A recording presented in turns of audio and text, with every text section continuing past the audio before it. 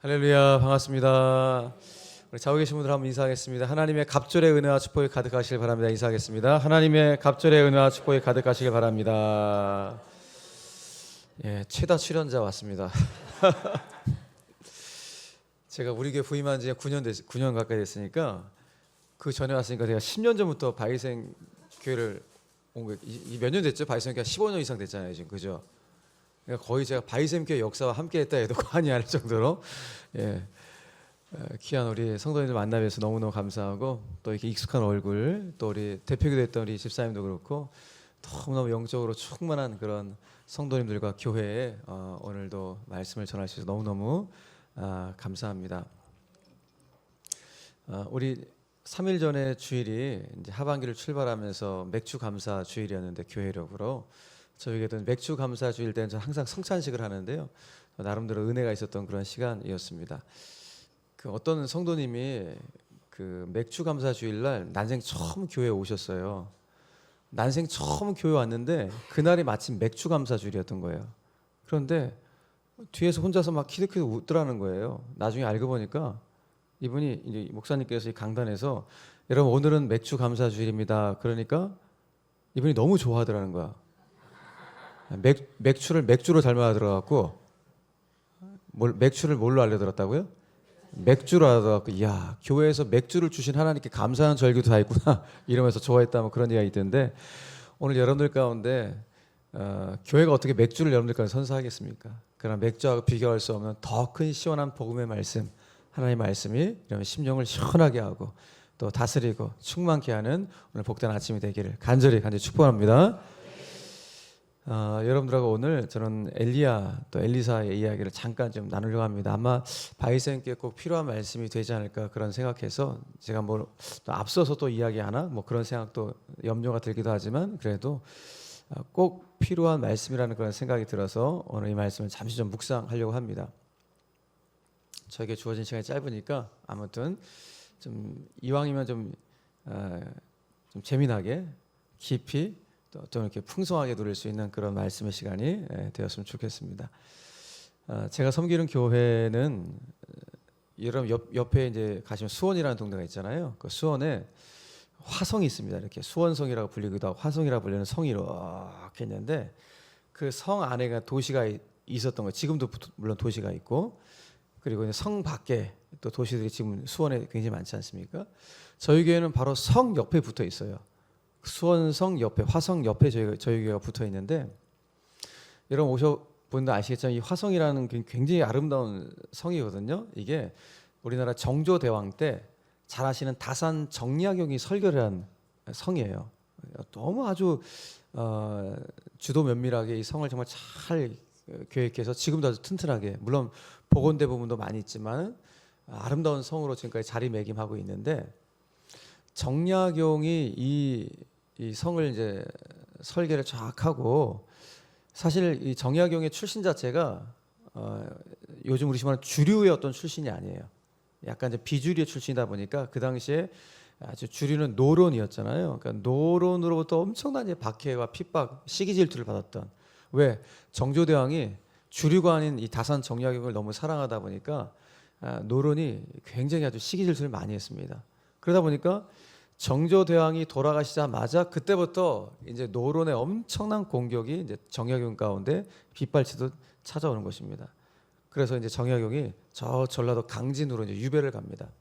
유배를 가서 거기서 한 15년 가까이 이제 유배 생활을 하죠. 유배 생활하면서 거기서 이제 서당을 이제 하나 세워서 이제 후학들을 내가 양성해야겠다. 그래서 서당을 세워서 학동들을 이제 불러다가 이제 한자를 가리키고 학문을 이제 가르치게 됩니다. 그때 그 당시 15살이었던 황상이라는 이제 아이를 만나게 되는데, 이제 그 아이를 이제 다산이 키우죠. 그러면서 가장 아끼는 제자가 이제 황상이라는 제자가 되는데, 그 당시에 15살이었던 황상이라는 아이는 이 학문을 공부하면서 굉장히 더딜 대로 더뎠던 그런 아이예요. 그럼에도 불구하고 이 다산 정약용이, 얘야 너 그래도 끝까지 최선을 다해서 학문을 연마하고 너 공부해야 된다. 계속 스승님께서 이제 권면해주고 가르쳐주고 격려해 주었습니다. 그럼에도 불구하고 자기는 이 머리가 안 돌아가는지 다른 학생들에 비해서 따라갈 수가 없는 거예요. 그래서 너무너무 공부에도 고민이 많아갖고 어느 날 다산 정량교에 찾아와서 스승님 하면서 묻습니다. 스승님, 저 솔직히 저 너무 둔합니다. 저 머리가 너무 둔합니다. 저는 꽉 막혀 있습니다. 그래서 너무 답답해서 분별력도 없습니다. 이렇게 자기 자신을 솔직하게 스승님한테 이야기를 합니다. 그때 그 이야기를 듣던 다산 정약용 선생님이 이 황상한테 이런 말을 한 것이 굉장히 유명한데 이렇게 말을 해요. 황상아, 배우는 사람에게는 대개 세 가지 결점이 있는데 야, 너한테는 내가 딱 보니까 너에게 세 가지 결점이 하나도 안 보여. 자, 봐라. 배우는 사람의 첫 번째 결점은 민첩하게 금세 외우는 것이 결점이란다. 그 패단은 글의 뜻을 음미할 줄 모른다는 데 있단다. 제 머리만 믿고 대충 소홀히 넘어가기 때문에 완전히 그것을 내 것으로, 제 것으로 만들지 못한단다. 자, 배우는 사람의 두 번째 결점이 있는데 그것은 예리하게 글을 잘 짓는 것이란다. 그 패단은 자신의 재주를 못 이겨서 들떠서 글을 쓰기에 글을 경박하게 날리는 게 문제란다. 야, 배우는 사람의 세 번째 결점이 있는데 그게 뭔지 아니? 깨달음이 재빠른 것이란다. 그 패단은 금세 말귀를 알아듣지만 그 글귀를 곱씹지 않으므로 얘한테는 깊이가 없다는데 문제란다. 야, 황상아, 그런데 내가 보는데 너는 이 세 가지 결점이 하나도 없어. 이제 내 생각을 좀 말해줄게. 야, 공부는 이제 꼭 너 같은 아이가 해야 된다. 내가 보니까 너 같은 아이가 꼭 공부를 해야 돼. 왜? 너한테는 이 세 가지 결점이 없기 때문에. 자, 여기 봐봐. 여기 송곳이 있단다. 여기 송곳이 있는데 송곳은 구멍을 쉽게 뚫어도 다시 곧 막히고 만든다. 그런데 이 둔탁한 끝으로는 구멍 뚫기가 쉽지 않지만 계속 드립하면 절대로 막히는 법이 없단다. 그러면서 이렇게 말을 해요. 황상아, 마찬가지로 공부에 파고드는 사람은 식견이 넓어지고 꽉 막혀 있는 것 같지만 그것이 한번 뚫리면 거칠 것이 없으며 답답하지만 꾸준히 연마하는 사람은 그 빛이 반짝반짝 빛나게 된단다. 이런 말을 제자 황상에게 해줘요. 얼마나 큰 격려가 됐겠습니까? 그러면서 제자에게 어떤 글귀 하나를 손에 딱 써서 지어줍니다. 그 글귀가 삼근계라는 글귀를 이제 지어줘요. 삼근계. 근자는 부지런할 근자예요. 계자는 어떤 계명할 때 계자예요. 그러니까 이 제자한테 황상아, 배우는 사람에게 있어서 공부하는 사람에게 있어서 꼭 명심하고 지켜야 될 계명이 있다. 그것은 삼근, 부지런한 것이란다. 라면서 그 삼근계라는 글귀 하나 손에 꽉 쥐어줍니다. 이 스승을 통해서 황상이라는 아이가 그의 인생이 송두리째 바뀌게 됩니다. 그래서 일평생 책을 손에서 놓지 않고 스승님이 가르쳐줬던 그 삼근계라는 글귀를 붙잡고 학문을 계속 해나가는 그런 아주 유명한 또 선생님이 돼가죠. 심지어 그 책에 보면은 본인이 관에 들어갈 때까지 책을 놓지 않았다라는 이야기를 쓸 정도로 이제 스승을 통해서 그의 인생이 송두리째 바뀌게 된 아주 대표적인 그런 케이스라고 말할 수 있겠습니다. 그러니까 이거 보면서 제자의 더딘 모습을 끝까지 기다려줬던 스승도 귀하고 스승이 가르쳐줬던 그 가르침을 그대로 받아서 섭렵하며 스승을 존중했던 제자도 너무 귀하고, 그러니까 소위 말하는 그 스승의 그 제자예요. 그러니까 요즘 우리 교회나 또 심지어 학교에도 다 어떻게 보면은 스승과 제자의 관계보다 기능적 관계의 선생과 학생의 관계만 남아 있을지 스승과 제자의 관계는 점점 찾아보기 어려운 그런 시대를 우리가 살아가고 있습니다. 자, 여러분들 인생을 한번 돌이켜 보시면서 여러분들의 삶을 송두리째 바꿔준 그 스승님은 누가 있습니까? 학교에서뿐만 아니라 특별히 교회 학교 안에서 내 교회에서 나를 송두리째 바꿔줬던 스승님, 뭐 대표적으로 여러분 담임 목사님이시겠죠. 여러분의 담임 목사님이 여러분의 인생을 송두리째 바꿔준 정말 귀한 영적인 스승님이실 것이고, 또 한번 반대로 생각해 보면 청출어람, 여러분보다 더 뛰어난 제자를 여러분도 혹시 두셨습니까? 여기 주일학교 선생님도 계실 텐데 여러분들 통하여서 이 시대에 정말 훌륭한 엘리사를 키워야 돼요. 그러니까 뒤집어 말한다면 여러분들이 이 시대에 엘리사를 키워낼 엘리야와 같은 존재가 되셔야 한다고 했죠. 그래서 저는 우리 바이샘 교회가 성경에 나오는 모세와 여호수아, 또 엘리야와 엘리사, 사도 바울과 디모데, 이런 참 스승과 참 제자의 관계가 우리 바이샘 교회에서 나타날 수 있는, 그래서 여러분들의 축복의 산실이 되고, 그리고 정말 훌륭한 제자들을 양성할 수 있는 교육의 산실이 되기를 주의 이름으로 축복합니다. 여러분, 그래서 지금 우리 다음 세대 키워야 된다 이야기를 많이 하는데, 과연 무엇으로 키워내야 될 것인가, 뭐 여러 가지 많겠지만 오늘 어쩌면 이 본문 말씀이 우리에게 핵심을 저는 전해준다고 생각합니다. 그런 점에서 오늘 저는 성경의 여러 인물 중에서 특별히 오늘 우리가 읽었던 엘리야와 엘리사, 이 참 스승과 참 제자의 관계 속에서 하나님이 과연 무엇을 전수하라고 하시는지, 그리고 무엇을 계승하고 전수받으라고 하는 것인지, 오늘 핵심 이 한 가지를 신비 가운데 꼭 새기면서 오늘 하루를 출발할 수 있는 저와 여러분들이 되기를 간절히 축복합니다. 자, 오늘 본문에 보니까 엘리야가 뭘 하나가 깨달은 것 같아요. 느낌이 온 것 같아요. 어떤 느낌인가 하면은, 내가 이 땅 가운데서 이제 마지막 때를 살아가는구나. 이제 혹시 이제 돌아가시는 분들은 본인의 마지막이 이제 점점 다가오고 있구나 하는 것을 이제 아신다 그러더라고요. 근데 엘리야도 그걸 느낀 것 같아요. 내가 이제 이 땅에서의 삶을 정리하고 내가 하나님께 이제 가야 되는구나. 아마 그걸 느낀 것 같아요. 그럼 내가 이 땅에서의 삶을 내가 어떻게 마무리할까? 참 아름답고 가치 있게 마무리했으면 좋겠는데, 곰곰이 생각하다가 그래, 내가 평생 살아오면서 이 땅 가운데 내가 다음 세대 인재를 키우기 위해서 선지학교들을 이스라엘 곳곳에 세워놨는데, 내가 세워놨던 그 선지학, 요즘 신학교를 내가 다 한 군데씩 다 가갖고 거기 있는 선지생들, 신학생들을 만나서 조언이라는 조언도 해주고 강의도 해주고 이렇게 학생들을 만나면서 내 인생을 좀 아름답게 마무리해야겠다라고 생각을 한 것 같습니다. 그래서 드디어 이제 엘리야가 뭐 여리고에, 베델에, 요단강가에 이렇게 세워놨던 여러 선지학교들 둘러보려고 이제 출발하려고 합니다. 그런데 갑자기 자기 제자 중에 많은 제자가 있는데 그 중에서 엘리사라는 제자가 스승님 저도 좀 같이 가면 안 될까요? 야, 아니다 나 혼자 좀 갈래니까 너는 그냥 여기 있어라 라고 엘리야가 말리죠. 그러니까 엘리야에게서 제자가 굉장히 많았는데 어떤 제자들도 엘리야를 따라가지 않으려고 해요.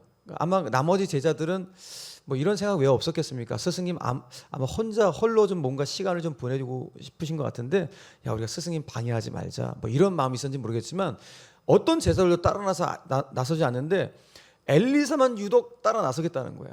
계속 우깁니다.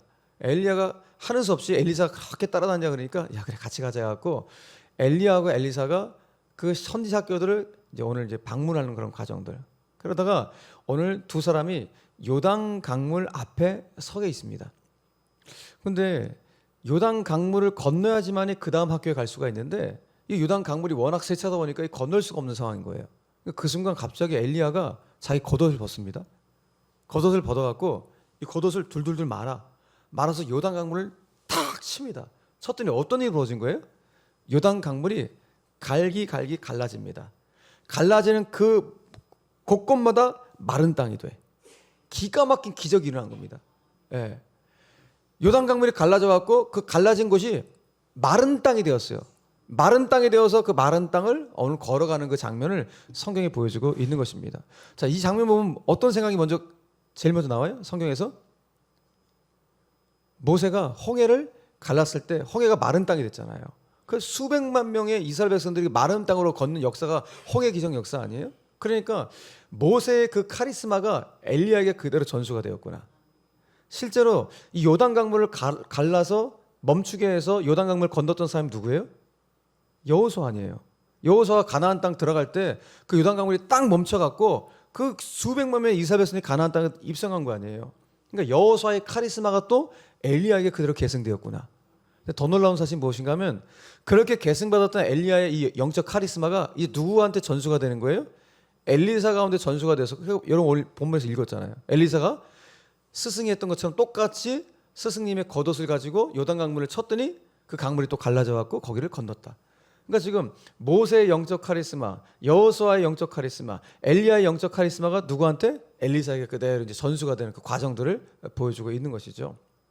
자, 그런데 오늘 놀라운 것은, 그러니까 그러니까 이 영적 카리스마 개성 계승된다는 것은 우리가 뭘 말해주는 거예요? 아, 그렇구나. 하나님은 시대가 바뀔지라도 그 시대에 맞는 사람들을 세우셔서 하나님 나라의 역사를 계속 지필해 가시는구나라는 거예요. 그러니까 모세 시대 때는 모세 같은 사람 세우시고, 여호수아 때는 여호수아 같은 사람 세우시고, 엘리야 때는 엘리야가 필요하시니까 엘리야를 사용하시고, 이제는 엘리야가 가니까 이제는 엘리사를 사용하시는 그런 성경의 모습을 우리가 보여주고 있다는 것이죠. 지금 우리 바이센 교회는 아마 이제 새로운 어떤 그 꿈을 꾸면서 또 새로운 시대를 맞이하려고 하는 그런 걸 준비하고 있는 걸 제가 알고 있습니다. 그래서 또 새로운 목회자가 또 오시는 그런 과정 가운데 있는데, 함육일 목사님 시대 때는 함육일 목사님 사용하시는 것이고, 이제 그 위에 목사님 오셨으면 하나님이 그 목사님을 통하여서 또 바이센 교회를 새롭게 세워가시는 거예요. 그러니까 여러분 그걸 믿으면서 나가셔야 돼요. 예. 모세 떠났다가 모세하고 같이 있어야 되는데 이럴 필요 전혀 없는 거예요. 하나님 여호수아 사용하신다니까. 여호수아 떠났다가 여호수아 이럴 필요 전혀 없어. 왜? 그다음에 엘리야 사용하신다니까. 엘리야 하늘 올라간다고 할 필요 없어. 왜? 엘리사를 사용하신다니까. 그러니까 하나님의 교회 주인은 누구예요? 하나님이라고요. 그러니까 하나님이 알아서 하나님이 세우시는 사람을 통해서 일하시는 거예요. 15년, 16년 전에 바이샘 교회를 개척해서 그때 교회를 함께 세웠던 중진의 여기 또 우리 귀한 교회를 개척했던 분들 분명히 계실 겁니다. 그분을 통해서 힘겹게 교회를 세우셨고, 이제 16년이 지난 지금은 이렇게도 부흥하고 젊은 세대들이 많아지면서 또 교회가 역동적으로 또 세워가는 그런 시대가 되었는데, 이제는 그분들을 통해서 또 하나님의 교회는 세워가게 되는 거예요. 그러니까 우리는 엘리야를 그리할 필요도 없어요. 왜? 엘리야의 하나님이 이제 엘리사의 하나님 되시니까. 더 중요한 건 뭐예요? 그 엘리사의 하나님이 이제 여러분들의 하나님이라는 거예요. 그러니까 이 믿음을 가지고 우리가 하나님의 교회를 섬기고 내 인생도 그렇게 세워가야 한다는 것입니다. 그런 차원에서 우리 인생이라고 하는 것은 릴레이 경주와 같아요. 이런 400m 릴레이 경주 해보셨잖아요. 그죠? 릴레이 경주라고 하는 것은 나에게 정해진 구간, 100m라는 구간이 딱 있잖아요. 4명이 100m, 100m, 100m, 100m 딱 다니는 거 아니에요? 그러고 난 다음에 바톤을 딱 전해준 거예요. 다음 주자한테.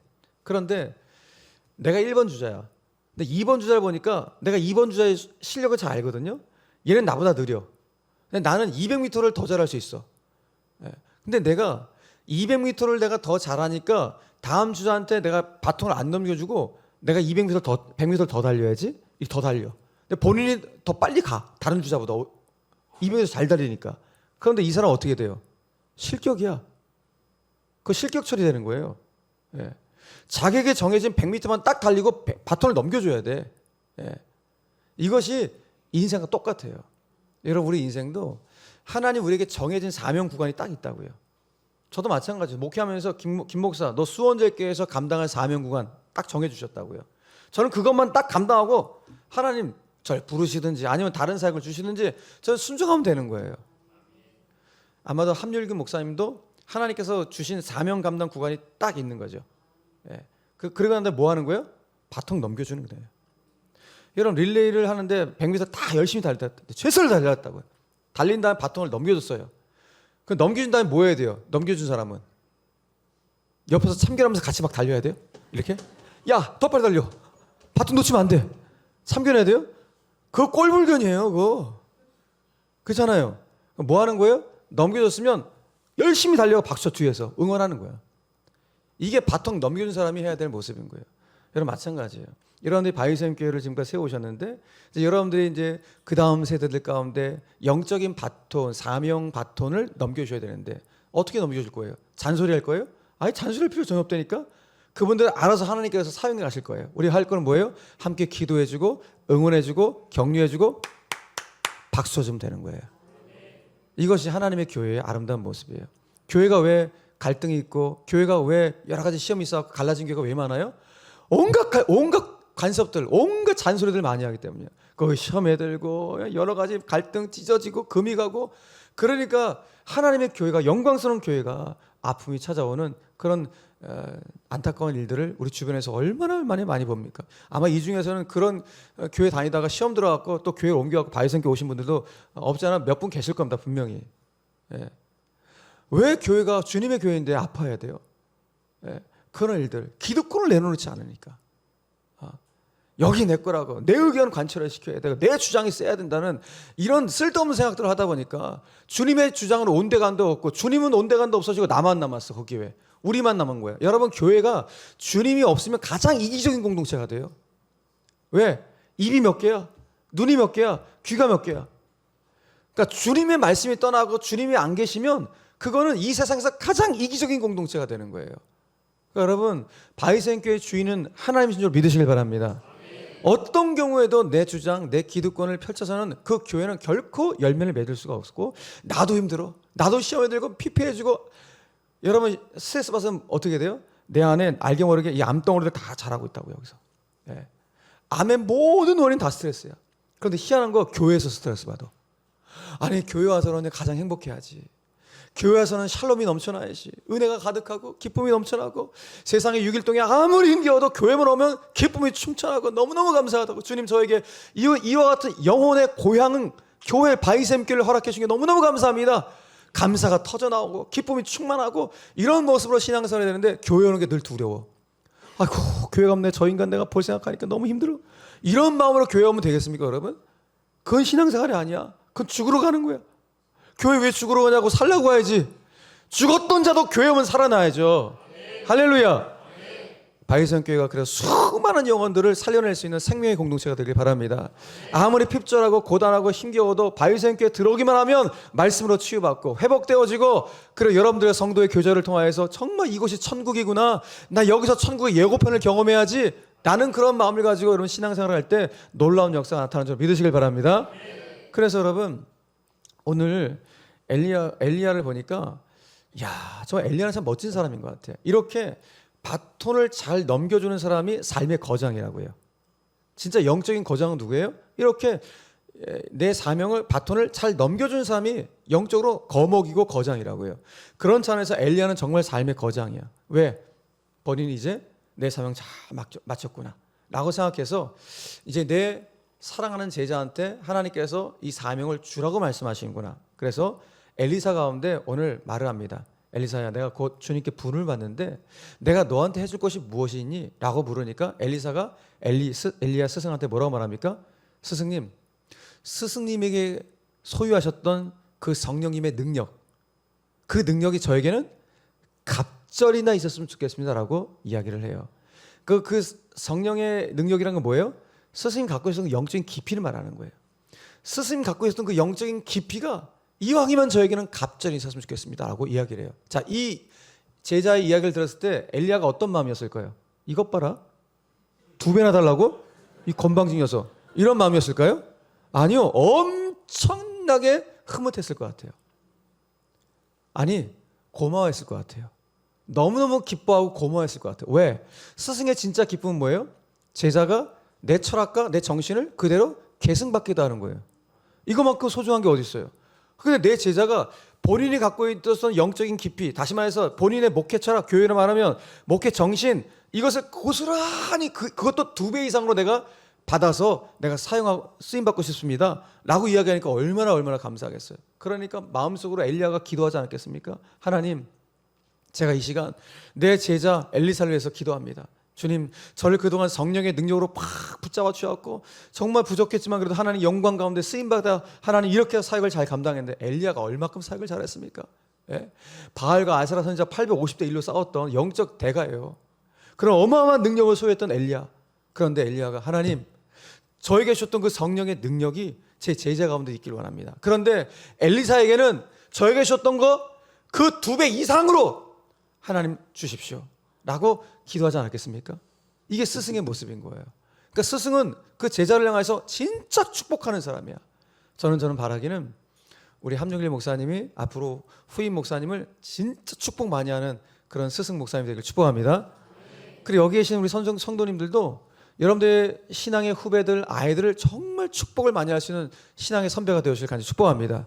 그래서 오늘 첫 번째로 여러분들 꼭 기억할 것은, 하나님, 제가 신앙생활하면서 저도 엘리야처럼 내 안에서 기쁨으로 축복할 수 있는 신앙의 선배가 되게 하여 주시옵소서. 그리고 새로운 목사님 오시면 여러분들 축복 많이 해주셔야 됩니다. 예. 여러분, 목사는 기도를 먹고 사는 사람이에요. 담임 목회자는 성도님들의 기도의 눈물 때문에 사는 사람이에요. 여러분들 기도의 눈물의 양이 어느 정도인가에 따라서 그 목사님의 영적인 깊이가 정해진다고 생각하시고, 그런 마음을 가지고 엘리야가 엘리사를 축복하는 마음으로 여러분 신앙의 후배들을 축복하시고, 또 엘리사가 그렇게 신앙의 선배를 통하여 그 엄청난 축복을 받았듯이 여러분들도 신앙의 선배를 향하여서 또 신앙의 후배를 향하여서 이렇게 아름다운 신앙의 계승을 전해주고 또 아름다운 신앙을 계승 받을 수 있는 이런 축복이 우리 바이센교회 가운데 충만하게 되기를 간절히 축원합니다. 자, 그럼 더 나아가서 첫 번째 뭐라고요? 따라합시다. 나는 축복하는 신앙의 선배입니다. 따라합시다. 나는 이 시대에 엘리사를 세우는 엘리야입니다. 아멘이세요? 네, 여러분 자녀의 엘리야이시라고요. 네. 여러분 주일학교 선생님들은 주일학교 아이들의 엘리야시는 거예요. 이 시대에 신실한 엘리사를 키워낼 엘리야로 나를 부름 하나님께서 사용하시는구나. 이런 마음을 가지고 사역을 감당하셔야 한다는 것이죠. 자, 두 번째 그럼 더 들어갑시다. 자, 지금 엘리야하고 엘리사가 요단강물이 갈라진 것도 기가 막힌 신비한 광경이었지만 이제 더 신비한 광경을 엘리사가 목도를 했어요. 어떤 광경입니까 오늘? 갑자기 스승님이 엘리야가 하늘에서 불수레가 내려오네? 불수레가. 생각해보세요 여러분. 불수레가 내려와서 그 불수레 안에 들어가시네? 그리고 옆에 경호원들이 서 있네? 누구예요? 불말들이. 네. 불말들의 경호를 받으면서 갑자기 회오리바람에 휘말려고 하늘로 올라가는 거야. 상상해보세요 여러분 지금. 자, 하늘에서 내려온 불수레 사람이 탔어. 불수레에 안 타. 불말들이 이걸 경호해. 그것도 모자라서 회오리바람이 불어. 회오리바람이 휩싸려고 하늘로 올라가. 어마어마한 신비한 광경이 벌어진 거예요. 이 광경을 보고 엘리사가 오늘 어떤 반응을 했어요?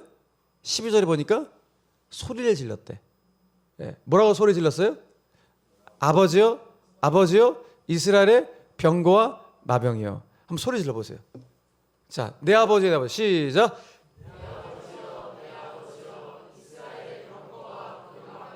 그건 여러분 고백이지 소리 지르는 게 아닌데. 여기 성경 말에 소리 질렀대. 소리. 아버지! 아버지! 지금 이렇게 소리 지른 거예요 지금.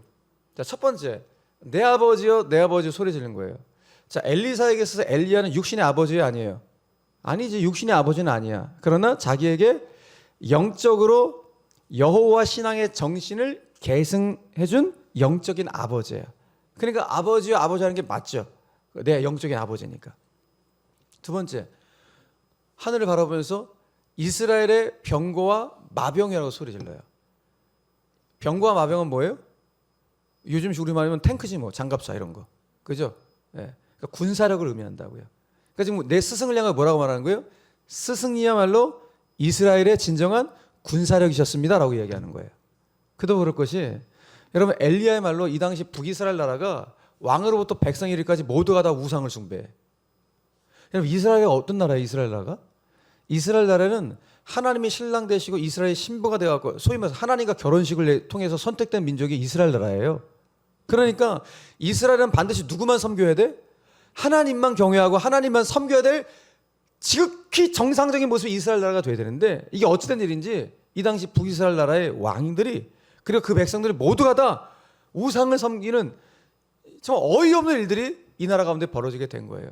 그래서 엘리야가 이거를 회복시키려고 목숨 걸고 싸운 거예요.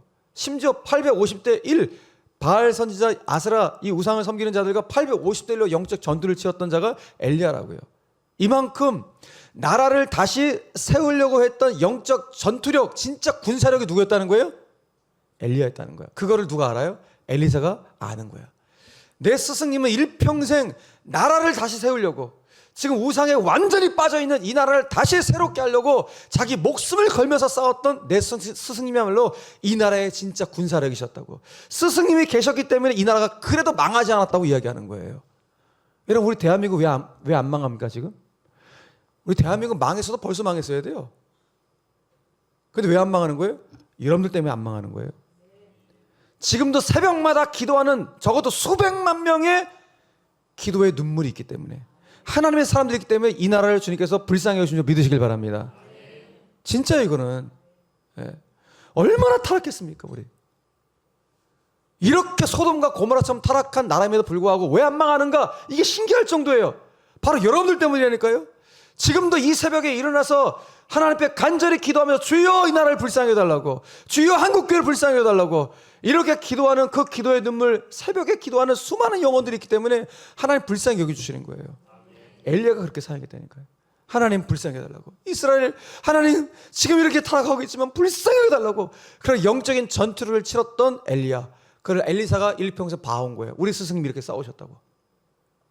얼마나 귀합니까 여러분. 그렇기 때문에 오늘 엘리사의 이 엘리야를 향한 이 외침은 스승님 어디 가세요 어디 가세요 안타까워서 외치는 소리 지름이 아니라, 이건 어떤 소리 지름이에요? 스승을 향한 존경의 외침이에요. 나에게 무엇을 물려준? 여호와 신앙의 정신을 물려준, 나라를 어떻게 세우는 것인가, 하나님을 경외할 때 그 나라가 온전히 세워진다는 사실을 알려준 그 은혜에 감사해서 외치는 존경의 외침이지 탄식의 외침이 아니라는 것입니다. 여러분, 실제로 지금 여호와 신앙 정신을 계승받았는데 엘리사가 여호와 신앙 정신은 눈에 보여요 안 보여요? 안 보이죠. 아까 여러분 찬송했잖아요. 따스한 성령님 마음으로 느끼네? 마음으로 보내 그랬잖아요. 마음으로 본다니까 여러분. 예. 우리 주님 마음으로 보는 거예요. 근데 오늘 엘리야가 보세요. 여호와 신앙 정신을 계승해 줬는데 이건 눈으로 보이지 않지만 마음으로 받은 거예요. 그런데 엘리야가 떠나가면서 눈에 보이는 것을 하나 계승시켜주고 가셨어요. 전수해줬어요. 뭘 전수해줬습니까? 자기가 입었던 겉옷, 엘리야의 겉옷을 엘리사 가운데 주고 간 거예요. 여러분, 엘리야의 겉옷은 평생 그가 입어왔던 옷이에요. 여기에는 그의 하나님과 교제했던 친밀한 경건에 땀이 배어 있었던 신령한 예복과 같은 옷이 엘리야의 겉옷이에요. 그리고 일평생 바알과 아셀의 그 우상 숭배했던 그 사람들과 영적인 전투를 치렀던 어떻게 보면 영적인 군복과도 같은 옷이 엘리야의 겉옷이라고요. 근데 그 겉옷을 남겨주고 갔어요. 그러니까 그 겉옷은 하나님과 친밀하게 교제했던 신령한 예복, 영적인 전투를 치렀던 그의 모든 여호와 신앙의 정신이 다 배어 있었던 삶의 결정체, 그것이 엘리야의 겉옷인데 그걸 누가 물려받은 거예요? 엘리사가 물려받게 되었다는 거예요. 이게 너무나 소중한 모습인 것이죠. 여러분, 그러니까 지금 엘리사는 엘리야한테 단순한 겉옷을 물려받은 것이 아니라 뭘 물려받은 거예요? 그 겉옷 안에 배어 있는 여호와 신앙의 정신을 물려받은 것이라고요.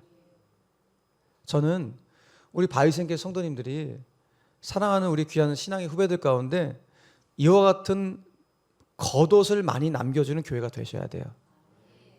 그러니까 보이는 겉옷이 아니라 사랑하는 제자들 가운데, 아이들 가운데, 얘들아 예배는 이렇게 드리는 거야. 그 순전한 예배의 겉옷을, 예배자의 겉옷을 남겨주셔야 돼요. 하나님께 예배할 때는 이렇게 마음과 정성과 뜻을 다하여서 온 마음을 다하여서 전심으로 하나님을 예배하는 거야. 하나님께는 전심으로, 사람에게는 진심으로 다가가는 것이 너희들의 예배자의 모습이란다. 그래서 순전한 예배자의 겉옷을 남겨주고 하나님의 교회 앞에 헌신할 때는 이렇게 헌신하는 것이란다 하면서 그 아름다운 향기 나는 헌신의 겉옷의 모습을 남겨주셔야 돼요. 정말 하나님께 희생하고 헌신하고 하나님께 드리는 것이 무엇인지를 보여줄 수 있는 그런 엘리야와 같은 신앙의 선배님들이 되신다는 거. 이와 같은 순전한 믿음의 겉옷들, 헌신의 겉옷들, 예배의 겉옷들, 이런 겉옷들을 많이 남기는 교회가 정말 저는 아름다운 교회라고 믿습니다. 여러분, 서두에 제가 말씀드렸던 것처럼 각 교회마다 지금 아이도 안 낳는 것도 문제지만은 다음 세대가 너무나 줄어들고 있는 그런 교회 형편들이 너무 많아요. 바이샘 교회가 워낙 지금 이제 우리 젊은 분들이 많이 부흥돼 갖고 아이들도 많이 있지만은 이런 주일학교가 아예 없는 교회가 부지기수예요. 교회마다. 정말 이거 심각해요. 예. 지금 바이샘교나 수원제교는 축복받은 거 아이들이 많아갖고요. 예. 근데 주일학교 자체가 없는 교회가 너무너무 많아. 심각해요. 다음 세대 어떻게 살릴 거예요? 예. 다음 세대 아이들의 눈높이에 맞는 시설들을 많이 만들어야 돼요? 필요하겠죠. 근데 그거 여러분 당장 할 수 있습니까? 그거 당장 할 수 있는 교회가 한국교회 몇 개나 될까요? 못해요 당장 그거. 예. 그런데 지금 당장 이번 주부터 당장 할 수 있는 게 뭐예요?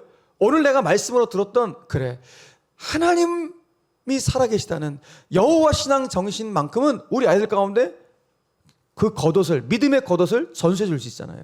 이건 당장 해줄 수 있는 거라고요. 이것만이 다음 세대를 살릴 수 있는 거예요. 근데 중요한 게 뭐예요? 내가 하나님 만나야지. 내가 만나지 못한 하나님을 어떻게 그 겉옷을 전수하냐고요. 예. 내가 인격적으로 주님을 만나야지만이 내가 만난 하나님을 가르쳐 줄 수 있는 거 아니에요. 사랑하는 아들아, 사랑하는 딸아, 하나님 정말 살아계시단다. 엄마 아빠가 하나님 만났는데 그 하나님 너무너무 좋은 분이야. 하나님 말씀은 진짜 생명의 말씀이란다. 이 말씀은 우리의 삶을 완전히 송두리째 바꿔놓는단다. 아빠 엄마는 일평생 후회하지 않는 게 있어. 그것은 예수님 만난 거야. 그게 바로 여호와 신앙의 정신이라는 거예요. 아빠 엄마는 일평생 소원이 하나 있단다. 그것은 예수님 닮아가는 거야. 그게 바로 여호와 신앙의 정신이에요. 여호와 신앙의 정신은 다른 것이 아니라 내가 하나님을 경외하는 신앙을 우리 자녀들 가운데 전수해 주는 거예요. 내 평생 가장 후회하지 않는 것이 예수님 따르고 예수님 만나는 것임을 전수해 주는 거예요. 내 평생 가장 최고의 소원이 예수님을 닮아가는 것임을 우리 아이들과 함께 믿음의 길을 걸어가는 것. 이것이야말로 여호와 신앙의 정신이고 그것이 우리가 남겨야 될 신앙의 순수한 겉옷인 것입니다.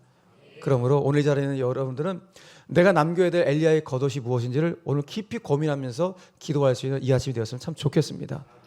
그래서 오늘 마지막으로 제가 제가 정리했던 내용들을 좀 나누고 말씀을 맺으려고 하는데, 여러분 유대인들은 전 세계의 어떤 재계라든지 어떤 많은 어떤 학계, 학문 이런 부분을 거의 섭렵하고 있는 민족 중에 한 민족이잖아요. 그러니까 유대인들이 정말 탁월한 민족이긴 해요. 근데 유대인들이 왜 이렇게 탁월한가? 내가 다른 걸 꼽는 것이 아니라 그들 교육을 꼽아요. 교육. 그 유대인 그 신학자 중에 유명한 신학자가 있는데 아브라함 요스와 헤셀이라는 유명한 신학자가 있는데, 이 사람이 쓴 그 책 중에 누가 사람이냐라는 책이 있는데, 거기 보면 이 사람이 유대인들의 교육의 과제를 쭉 열거한 내용들이 있는데, 그걸 읽다가 동의가 되는 부분이 너무 많은 거야. 그중에 제가 여러분들과 세 가지를 좀 소개하면서 오늘 말씀을 좀 맺으려고 합니다. 그래서 저는 우리 바위쌤께서 이 세 가지를 좀 같이 한번 좀 곰곰이 한번 고민하시면서 우리 교회 다음 세대 아이들 가운데 이걸 꼭 전수해야겠다, 그런 마음을 가지고 세 가지를 붙잡으시고, 또 여러분 가정 가운데 적용하셔서 내 자녀들 가운데 내가 이런 교육을 해야겠다는 많은 개인적인 어떤 다짐과 결단할 수 있는 그런 시간이 되었으면 좋겠습니다. 첫 번째, 이분이 그래요. 교육이 뭐냐? 교육은 학생들에게 살아있는 존재의 신비와 놀라움을 느끼게 해주는 일이어야 한다. 한번 읽어봅시다. 시작. 교육은 학생들에게 살아있는 존재의 신비와 놀라움을 느끼게 해주는 일이어야 한다. 자, 이것은 감사하는 것과 관련이 있는 거예요. 감사하는 일과. 아이들 가운데 감사를 가르치는 일과 굉장히 관련이 있는 말이에요. 무슨 말인가 하면은, 예를 들어서 여러분 지금 오늘 내 앞에 좀 음식이 있다고 생각해 봅시다. 우리 아이들과 같이 식탁에서 밥을 먹어요. 자, 밥을 먹는데 여기 있는 밥과 반찬과 모든 음식이 하나님 주신 것이죠. 하나님이 주신 것이고, 또 농부들의 수고를 통해서 내 앞에 있는 것이고, 그리고 하늘의 비와 이슬과 햇빛과 이 모든 것들이 다 동원되어서 오늘 내 식탁 앞에 있다는 사실을 아이들 가운데 가르쳐주면 여기서 감사가 나온다는 거예요. 아, 여기 있는 밥은, 여기 있는 모든 반찬은 그냥 내 앞에 당연하게 온 것이 아니라 여러 농부들의 수고와 하나님께서 나에게 주셨던 이 모든 햇빛과 이슬과 비와 모든 이 자연 만물을 총동원해서 오늘 내 식탁 앞에 와 있구나라는 사실을 아이들 가운데 가르쳐주면 너무 놀라운 거야. 무슨 말인가 하면, 지금 내 앞에 있는 모든 것들이 당연한 것이 아니라 이건 누군가의 수고가 있었던 것이고 하나님의 은혜 때문에 오늘 내가 지금 밥을 먹을 수 있구나라는 사실을 아이들 가운데 가르쳐야 된다는 거예요. 엄마 아빠가 열심히 일해갖고 너희들 지금 밥을 먹는 거야 이렇게 말하는 것이 아니라, 이것은 하나님의 은혜로 말미암아 오늘 우리가 밥을 먹을 수 있단다라는, 이건 결코 당연한 일이 아니라 우리가 감사할 일이라는 사실을 아이들 가운데 알려줘야 한다는 거예요. 이게 교육이라는 거예요. 예. 그러니까 우리 삶 가운데 당연한 것이라는 아무것도 없다. 우리 찬송하잖아요. 그 찬송, 은혜라는 찬송 맨 처음에 어떻게 하죠? 내가 누려왔던 모든 것들이, 내가 지내왔던 모든 것들, 그거죠. 당연한 것 아니라 뭐였다고요? 은혜였다는 거예요. 바로 그 모든 것이 하나님의 은혜에 감사할 수 있도록 해주는 것이 교육의 본질이라는 거예요. 근데 여기 너무 동의가 되더라고요. 동의되십니까? 이런 교육을 우리 아이들 가운데 해야 돼요. 두 번째, 교육이 뭐냐? 이건 이렇게 말을 해요. 교육은 학생들에게 자신이 무한하게 값진 존재임을 깨닫게 해주는 일이어야 한다는 거예요. 그러니까 우리는 특별히 교회 교육 안에서 우리 아이들 가운데, 야, 너는 진짜 하나님의 최고의 작품이다. 하나님의 형상으로 지음받은 존귀한 존재라는 사실을 우리 아이들 가운데, 또 남편은 아내에게, 아내는 남편에게, 우리 성도들은 성도들 사이에 이와 같은 고백이 있어야 한다는 거예요. 여러분, 지금 우리는 무한 경쟁 시대 속에 살아가고 있습니다. 이 경쟁이 워낙 치열하다 보니까 경쟁에서 뒤처지는 것은 인생 실패라는 낙오자의 어떤 도장이 찍혀지는 그런 시대를 살아가고 있어요. 근데 결코 그렇지 않다는 거예요. 하나님은 야, 아니야, 그거 좀 실패했다고 너 낙오자 아니야. 왜? 나는 내가 너를 지었기 때문이야. 그러니까 우리는 하나님의 형상대로 지음받은 존귀한, 어떻게 보면 값을 매길 수 없는 존재라는 거예요. 이것을 가르쳐주는 것이 교육의 본질이라는 거예요. 너는 하나님의 형상이란다. 넌 하나님께서 고르고 골라갖고 마치 이 지구상에 사랑할 사람이 나밖에 없는 것처럼 그렇게 하나님이 사랑하신 존재가 바로 너다라고 얘기해 줘야 돼요. 여기 계신 분은 모두가 마찬가지예요. 이 지구상에 사랑할 사람이 나밖에 없는 것처럼 하나님이 나를 사랑하셔갖고 당신의 아들을 나에게 주신 줄로 믿으시길 바랍니다. 이것이 복음이잖아요. 여러분, 예전에 KBS인가요? TV쇼 진품 명품이라는 그 프로가 있어요. 지금도 한번 하는지 모르겠는데 가장 그 장수 프로그램이죠. 거기에 진행자가 항상 하는 그 멘트가 있어요. 얼마입니까? 그러는 게 무슨 프로그램인가 하면 일반인들이 가지고 있는 고문서라든지 골동품 같은 거, 이게 진품인지 아닌지를 판결받기 위해서 가지고 나오는 거예요. 근데 어떨 때 사회자가 얼마입니까 했을 때 이 숫자가 막 돌아가잖아요. 따라락 돌아가다가 숫자가 0이 나올 때가 있어요. 네, 0이 가끔 가다가 그 0이 나올 때는 그 판정 평가단인가요? 판정 평가단이 이건 본인들이 값을 매길 수 없다라고 해서 0을 매겨요. 대부분 어떤 때냐면은 애국지사들 있죠. 예. 피 흘려서 목숨 바쳤던 그 애국지사들의 고문서, 어떤 골동품 같은 걸 가지고 왔을 때, 그것을 진품으로 판별 났을 때, 이거는 감히 판정단들도 우리가 어떻게 돈으로 이거를 평가할 수 있겠는가? 나라 위해서, 여러 국민 위해서 자기의 목숨을 희생해서 바친 그분들의 물품을 우리가 어떻게 돈으로 환산할 수가 있겠는가? 이건 도저히 우리가 못한다 해갖고 값을 매길 수가 없어서 0으로 표현할 때가 있어요. 마찬가지예요. 여기는 바로 여러분들은 주님께서 값을 매길 수 없이 사랑하셔갖고 여러분들 위해서 십자가에서 돌아가셨습니다. 값을 매길 수 없는 나 때문에. 근데 솔직히 우리 그 정도는 아닌데, 주님 저 그렇게 그 정도는 아닌데요. 저 돌아서면 죄를 짓고 돌아서면 하나님 등지며 살아가려는 그런 욕심들이 너무 많은 존재인데 하나님 뭐 때문에 저를 사랑하십니까? 그럼에도 불구하고 하나님 눈에는 저 사람들이 그렇게 사랑스러워 보인다는 거예요. 여러분, 호사에서 고멜 보세요. 고멜. 아니, 하나님이 음란한 여인과 결혼하라고 해갖고 그 음란한 여자를 데리고 와서 산다고요. 자식 셋을 낳았어요. 이남일녀. 예? 이스라엘 로암이라는 이남일녀를 두고 살아가. 그러니까 호세아도 한동안은 그래 자녀 두면 살가면서 괜찮은 결혼 생활이네 이런 꿈 꿨을 거 아니에요. 그런데 이 꿈이 박살나죠. 왜? 고멜이 예전에 과거에 음란했던 생활을 버리지 못하고 다시 다른 남자 만나갖고 집을 나가. 이런 황당한 일이 벌어진 거예요. 그러면 불구하고 호세아 뭐예요? 그 사랑하는 아내를 찾으려고 수소문해서 결국 찾아오죠. 값을 지불해서. 성경에 보니까 은 15개와 보리 한 호엘 반을 주고, 그 당시에 이거는 한 노예를 사고 팔 때 가격이야. 그러니까 이 당시에 이 여인이 이 남자 저 남자의 손에 팔려갖고 무슨 생활했다는 거예요? 나가갖고 노예 같은 생활했다는 거예요. 요즘 우리만 성노예 착취를 당했던 거예요. 완전히 몸이 망가진 대로 망가진 거야. 그런데 그 돈을 값을 지불하고 내 아내를 사서 아마 등에 업고 집으로 왔겠죠. 오늘 주님이 저랑도 똑같아요. 우리 인생에서 세상에서 망가질 대로 망가진 우리를 당신 등에 업고 오늘도 우리를 걸어가고 계시는 거예요. 여러분, 집에 데리고 왔다고요. 그런데 이 여인이 또 안 나갈 보장이 있나요? 사랑스럽나요? 솔직히 여러분, 호세아라 생각해 보세요. 그 여인이 사랑스러워요?